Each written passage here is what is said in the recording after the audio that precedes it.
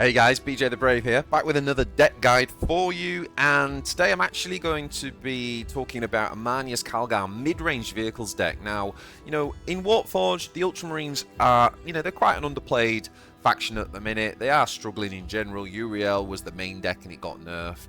I'm not claiming this is like the best meta deck ever. It's quite a new build, but I'm certainly having a lot of fun with it, and people have been asking me what can I play with Ultramarines, and honestly this is the deck I want to kind of explore a little bit more. I was having a lot of fun with it, and yeah, I think it's pretty good. It's actually pretty good. It's pretty spicy. Like I say, it's a mid-range deck, so it can kind of like out-control very aggro decks, or it can kind of like turn up the heat and kind of finish games before the sort of uber control decks sort of take over. So yeah, let's go through the deck list, and then we can talk a little bit about strategy. We can show you a couple of games that I've saved for you. So obviously we run Marneus, and the thing with Calgar, I've always loved the Ultramarine heroes. I think their baseline abilities are fantastic, and it sets them up well for the future as new cards and nerfs and buffs happen across the factions. I think the warlords in Ultramarines are very, very good. And Calgar's got a simple but very, very powerful ability. First of all, he has the 40 health, but his ability allows him to draw a card, and it's that simple. It's 2 energy, replace a card in your hand, draw a card from your deck. And for me, that's always powerful, because the thing in card games is we spend all this time building decks, and often in a lot of games you don't get to see important cards, and we have got some important cards in this deck, and it's really important from a consistency point of view when you're playing on ladder that you do actually get to see your cards and you actually get to play them. And that's why I think Master Tactician is so powerful, because yes, it's simple, but actually it's very effective. It leads to consistency. So we got Calgar. We do run the double tactical insights, and tactical insight is something I've talked about. If you watch my streams, I talk about this a little bit, and also the video I did with Papa Beard on the Uriel Masterclass. Go back and watch that. He talked a lot about how people use this card wrong a lot of the time. Obviously, in the Ultramarines faction, they have this ability called Codex, and so what you'll often see is people use tactical insight just to re-trigger Codex. Now, sometimes that's correct. It can lead to a big tempo gain, but I often think people waste tactical insights just to trigger it, just for a kind of like half benefit, when actually it could have been used at a much more tactical opportunity, like where we could have got a real tempo advantage. And that's how tactical insight should be used. So, like say you've got 5 energy, you might play a 4-drop, and then you'll play tactical insight, and then play a 3-drop. So it's like you had 7 energy to play that turn, and you were able to play both units in that turn. So tactical insight is in there. It's a fantastic card. It's one of the best cards in the game. We do run a single Octavia Infiltrate, and now the main reason for this card, well, there's a few things. First of all, Tau are very prevalent right now, and blind is a bit of a premium. Like, getting rid of range attack is devastating for Tau, losing their range attack. So it's actually pretty good. It's a tech card. It's something you can swap in and out. There is another reason for running it as well, which is that if you notice, it's the only 1-drop. And a big part of the way Ultramarines work is, in any given turn, you kind of need to be able to play cards on odds or evens, like in order to trigger Codex, for example. And so having a 1-drop in there can really help with that. Humanity Shield, I mean, it doesn't really need much to say, other than obviously it's one of the best legendaries in the game still. Buys you that turn that you need, so you can go all in, or helps you trade with a really big unit without taking any damage, like a Hemlock, for example, that you need to finish off. So yeah, overall, fantastic legendary. And again, much more likely to draw it because it's Calgar. We run 2 point-blank shots to help us with like early removal. Can obviously give us some late game burn as well. Primeus Reavers are in because at the end of the day, 2 energy flankers, 2 energy 3 damage from hand is very, very good, and it can help get rid of like long range from bigger town bodies, but it can even help with dealing with flyers with the 2. If it's 2 energy for 2 dealing with a flyer, that's acceptable too. And then we've run the Battlefield Supremacy. Now, this is a card that a lot of people think Tigerius is best. Maybe he is, because he draws specifically stratagems, so he's more likely to get this. But I think it works well in Calgar too, because the fact that we are drawing cards means that we are going to get it. I also found that it doesn't necessarily mean you have to get this early game, like some people say, well, if you get it turn 3, then you win. Actually, there are games now, they go pretty deep, and you can play this Battlefield Supremacy and combo it in a way that, you know, we were saying about odds and evens and triggering codex. Sometimes by playing this and then making a unit cheaper, and there's lots of things that can, scenarios where this can really work out. But obviously, if you do get it off, then it's super powerful, getting your vehicles in cheaper. Now we do run the other flanker, sorry, 3-drop. And of course, being a flyer itself, it can use its melee attack to hit drones if it wants, but just a superb card, as it always has been. Very good right now in this meta with all the flyers. Obviously, Ontario Kronos is legendary. This deck is heavily built around. This card is insanely good. Your opponent is definitely going to want to try and destroy it. If we can get this off, sometimes with the defense hive, what's it called? The thing that makes a unit cheaper. So sometimes we can get this off on E3, which is turn 2. And often if we do, our opponent can't deal with it, and then we get to obviously use the Spear of Macragge. And Spear of Macragge is it did get updated a couple of months ago.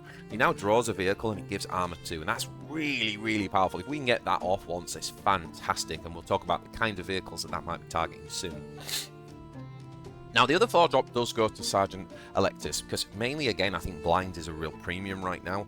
I think being able to blind your opponent and then make them trade with 5 melee is very powerful. Trades incredibly well with a lot of the Tau units as well, so I think Sergeant Electus is very, very good. Storm Raven is, you know, our AoE. We're not going to drop that in a go-wide meta. Now, I do run the Apothecary Polixis. I personally like this card. I like the fact that it's honest, you know, the 5/5 means you can't kind of cheat it. You're playing Chaos, they can't get around your low melee attack. If you're playing Tau, they can't get around your low range attack, because you've got good stats for 5 on both. And the other thing is the heal's quite handy too, because we do run some late game units. And so this is an opportunity to have a bit of heal in the deck. We can be tactical about it and make sure that it heals our Lord. And sometimes we can even heal, for example, one of the vehicles that we got the Spear Macragge off on that's armoured up. And that can be incredibly powerful. I like that card. Then we run the Inspired Retribution, because why would we not run the Hard Removal? And then the other 5-drop we go for is the Impulsor. Now this is a fantastic card to draw from the Antonio Kronos' Spear of Macragge, because if we play that like on 4, and then we get this guy on 5, with 2 armor, with the additional health that it recently got, it's really, really powerful. And this becomes a real problem for people with armor on it. It's a real problem. It can really sort of snowball the game and take over the board, so they've got to try and deal with it, and it can be a bit difficult to do. Now, obviously, if you don't like those 5-drops, there are alternatives. You could run the... You could run, I've forgotten his name, this one, yeah, the Judicator. I mean, it's a bit out of favour for me at the minute, this. It is good against, like, stealth units, though. So if you get a lot of Tyranids and Chaos, for example, you might want to consider putting this in instead. It is very close, to be honest, between that and the healer, the Apothecary. But I just personally, for the reasons I just said, I like this at the minute. You know, that this guy's only got 2 range, so that can be cheated pretty well. The Tau can deal with that. So I personally prefer the Apothecary right now, but you know, I can understand, like, if you want to change that as a personal flavour, then that's definitely a swap that you can do. Or if you just don't have some of those cards. Right, in the 6-drops, we got the other flankers, the Inceptor Sergeant. It's not as good as it once was, but it's still a big flying flanker, and that's important in this game. It's still a powerful unit. Sadly not as powerful, anywhere near as powerful as a Veteran Stormboy. How you can compare this to a Veteran Stormboy in Orcs? Like, seriously, you know, give this guy something. But I suppose he's got a little bit more health. Has he got more health? I don't even know if he has got that, actually. He's a poor man's Veteran Stormboy, but flank and flying is still good. So we do include them. Now on the 7-drop we got the Librarian, because, well, it's, again, being able to draw. We do really well in this deck with keeping card advantage and always having options, and so this guy is very powerful on curve. You know, being able to put the shield down on our Warlord can give us a cheap trade where we can go after something big. So yeah, really like the Librarian in there. And then what you'll notice is we end the curve with the vehicles, and we've been very selective on the vehicles in this deck because we want to make sure that we're not overplaying vehicles just because we're making them cheaper. We still want a powerful deck. That's what I've tried to balance in this. So I reckon I've got a nice balance of effective vehicles, and obviously if we get Kronos off, we want the Spear McCrag to hit something useful. So it's generally going to be hitting either the Primus Impulsor that we already talked about, or it's going to hit a Dreadnought. We've only got one Dreadnought. I do feel frustrated with this card because I've said multiple times when we've talked about buffs and stuff, I'd really like to see this deal 2 damage. Essentially a Storm Raven on a stick instead of 1 to 2, because it's such a high energy investment that the randomness to then not pay off means you can just sort of lose the whole game based on that, and I just feel it just feels really bad to play. Whereas if it just said 2 damage to all enemies, I would love this. I mean, I could even see an argument for 2 to 3 if you were really adamant it had to be random. But I just think a nice fair point would be to do deal 2. So, but it's still pretty good, and obviously we still can have the option with that, with the tactical insight, and in a go wide meta, it does make sense. So that's why we're running the Dreadnought, really help us deal with drones and things like that. Last but not least, we have one of my favourite cards in the Ultramarines, which don't get to play too often, and I feel like it's really good in this deck. It's what really makes it a good mid-range deck as well, that we do actually run a big unit at the top end of the curve. This, for me, is like a card that I really wish we'd seen more. This being an example to the devs for a lot of the other factions. Because what it is, it's a big-bodied 10-drop unit that actually is playable. It actually does something, I won't go as far as saying profound, but it does something meaningful on the turn that it comes down, right? Dealing 8 damage, that's a big deal. That can kill most units. That's a hard removal. That's really, really, really good. And then having the Blast 4 and the good stats to back up. This is what I want to see from a 10-drop. It's a really, really well-designed card, and it's a good model and a good template for a lot of the useless cards that we see in other factions at 10. So we run 2 of them. Obviously, the icing on the cake in this vehicle is it's a vehicle. That means it might cost us only 9 energy if we've got off our Battlefield Supremacy. Or it might come out with 2 armor if we've got from our Antonio Kronos. So that's the deck, guys.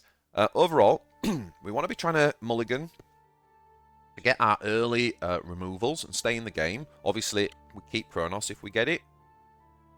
Depending on what we're playing, like if we're playing Chaos, for example, I'd keep like an Inspired Retribution. Probably would against, maybe against Tyranids I might do as well.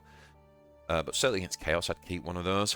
And I would also say that we are quite comfortable just using Calgar's ability in the first few turns if we're playing against a deck that, you know, is slightly lower tempo. So we have to respond to the board. We want stuff that can help us respond. We want our point blanks or our Reavers or our, you know, Inceptors. They're really good to have in the early game, along with Kronos. And other than that, we're happy to just kind of like draw, essentially. I don't usually keep Tactical Insight unless I've actually got a good thing already on the board in hand to use. And yeah, so this is the deck, guys. I actually think this deck's pretty good. I think it competes okay at the minute. It's got a lot of blind and stuff to help with the nids, and it's got some scary finishing power as well. So let's just jump into a couple of games so I can just show you, you know, get an idea of kind of like how I think this works well. And the first one I want to show you is a game against Abaddon.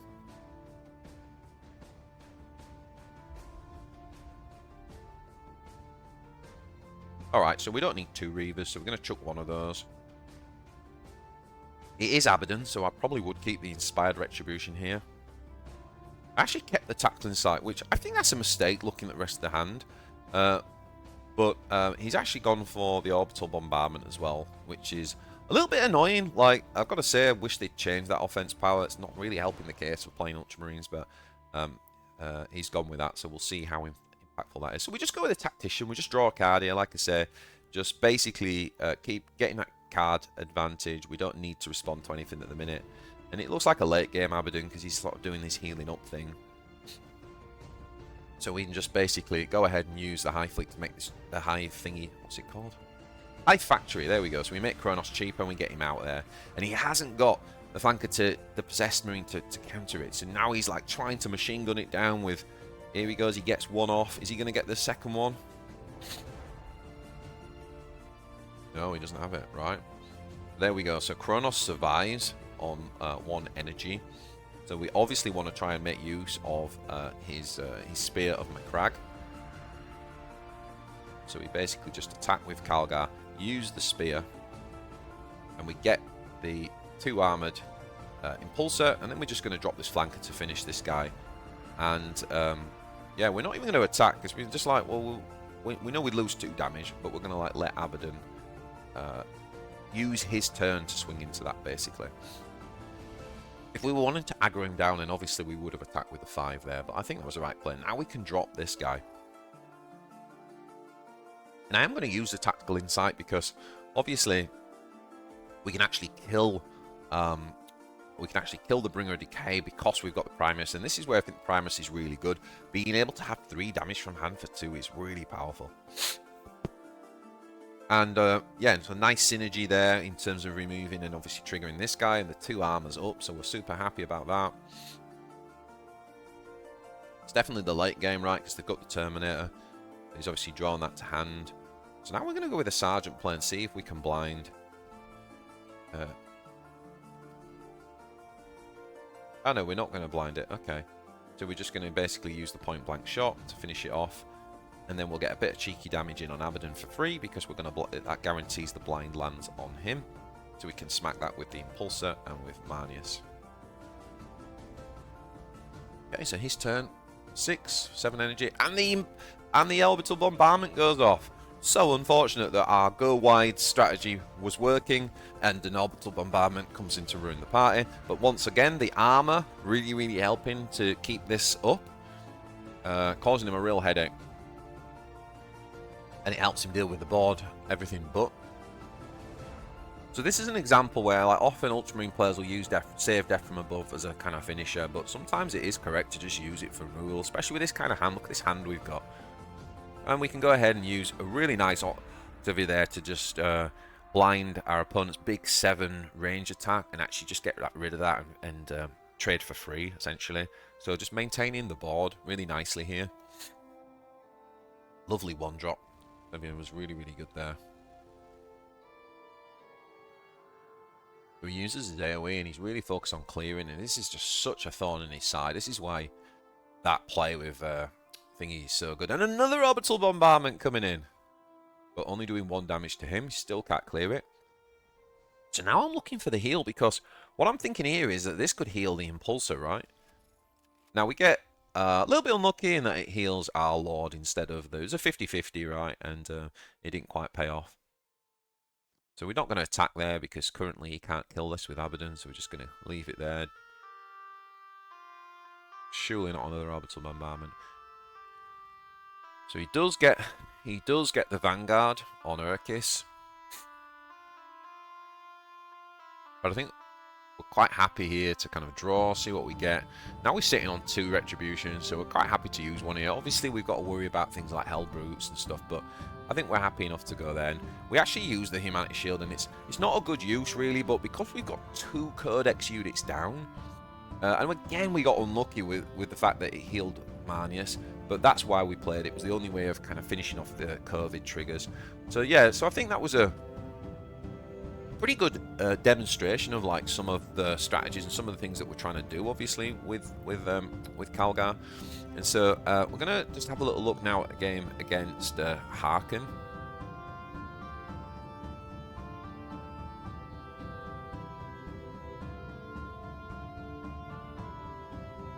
So we get rid of the Death from Above. We don't really need that early game. We've got 2 flankers, and we've also got a Retribution. And again, it's Chaos, so we're probably going to keep that. Unfortunately, we get the second Death from Above. I think it's the second one. I'm pretty sure you can't put a card back and then draw the same card back. I think that's in the Mulligan rules. Someone let me know in the comments just to confirm or deny. So again, first turn, we can just draw a card. Okay, so he actually does play a unit. So it's looking like a sort of aggro type of Harken deck.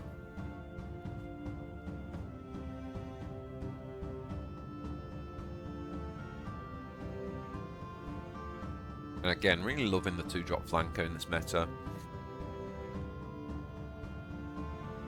Really powerful response for the Ultramarines.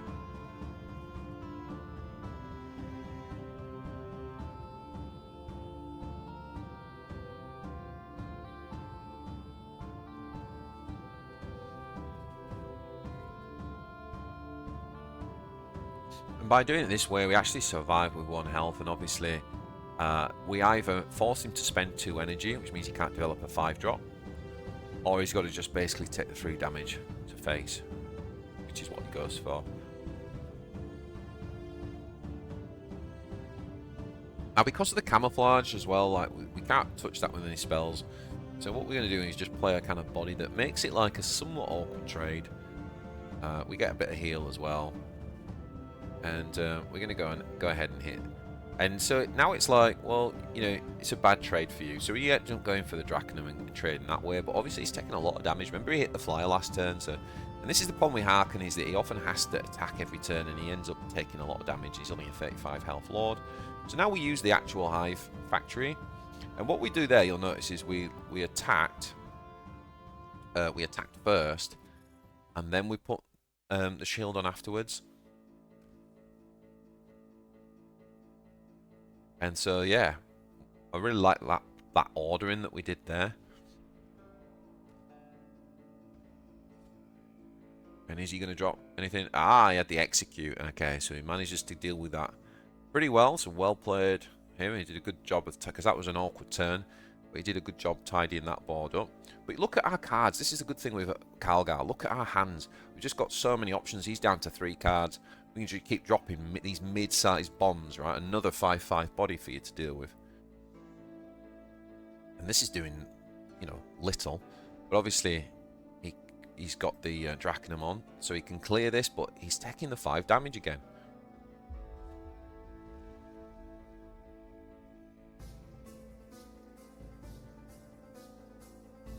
I think we're just going to go ahead and use an Inspired Retribution. We know that there are bigger fish to fry probably, but it is an aggro deck, so we might not run too much of the high end. And also we've got a second one in hand as well.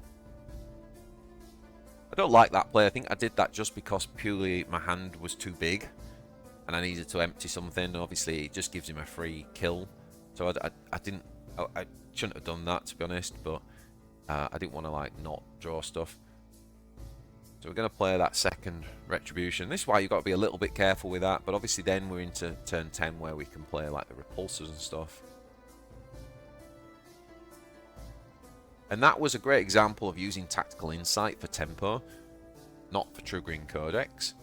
And it enables us to play out that really proactive flyer, big damage flyer, which Chaos struggled with a little bit. So he's now having to put down Vanguards. And he puts down 3 of them. Game's close, man. Game is close. So I think this is the turn where we need to pop the Humanity Shield, and this is why this card is just so goddamn good. We actually go with the Storm Raven here, 'cause it's probably the widest board you're going to see from Chaos. And it means that we can just trade with the biggest unit for free because Marneus is protected. Obviously clear off with our flanker, and then we can bring out the other flanker to just take back the board. And then his turn, he now can't obviously deal with Marneus directly. So he uses a second. Is that second? Yeah, second execution. He used one on the Librarian, didn't he? Very interesting deck, actually. I bet it's a pretty good deck, this. Got us very close. Yeah, kills the board, and he develops basically what he's got. But see how he's like out of options. And this is again where our kind of card superiority really does come in. And there we go. We've actually drawn the stuff to just end the game.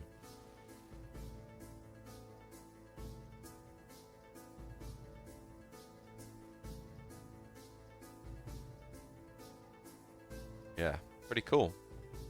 Pretty good. Showing off some slightly different aspects of, you know, slightly different aspects there of the deck. And so I wanted to finish on a Tyranid game.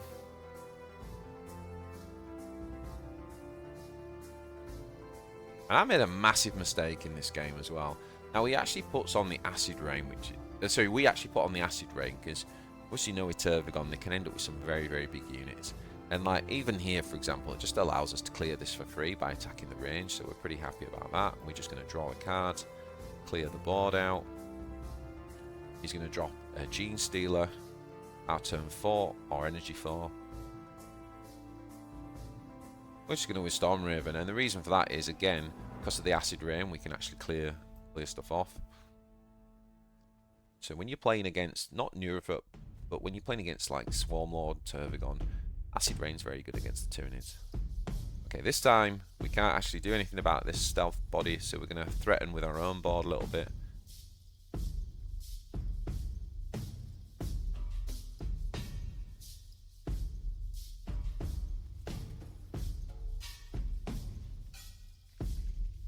Okay, so we kind of turn it a bit into like a bit of a race if he wants it, but obviously he's going to take the trade there. But we're not too worried about that. I mean, obviously the acid rain's working against us in that situation a little bit. So we draw Death from above, and we actually just decide to go ahead and get rid of the Lictor.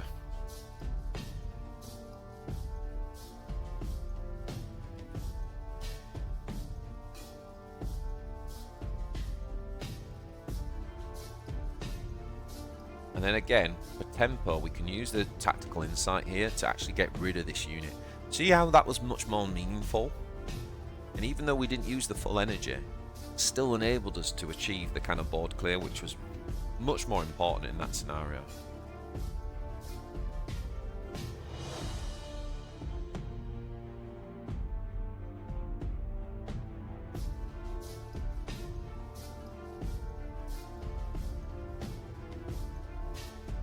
Now this is where I think I make a massive mistake. So he just basically makes up a supersized unit.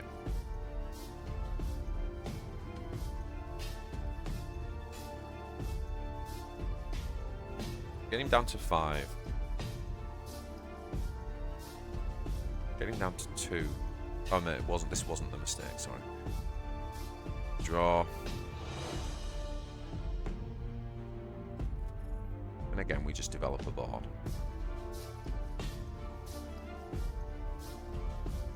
Pretty nice for him that turn, to be honest. It's enabling him to kind of take over again, and the Carnifex drops.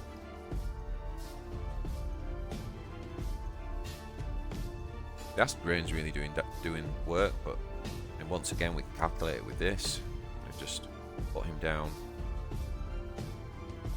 Survive ourselves. Maybe should have gone with Calgar there and kept that alive, to be honest. Draw a card.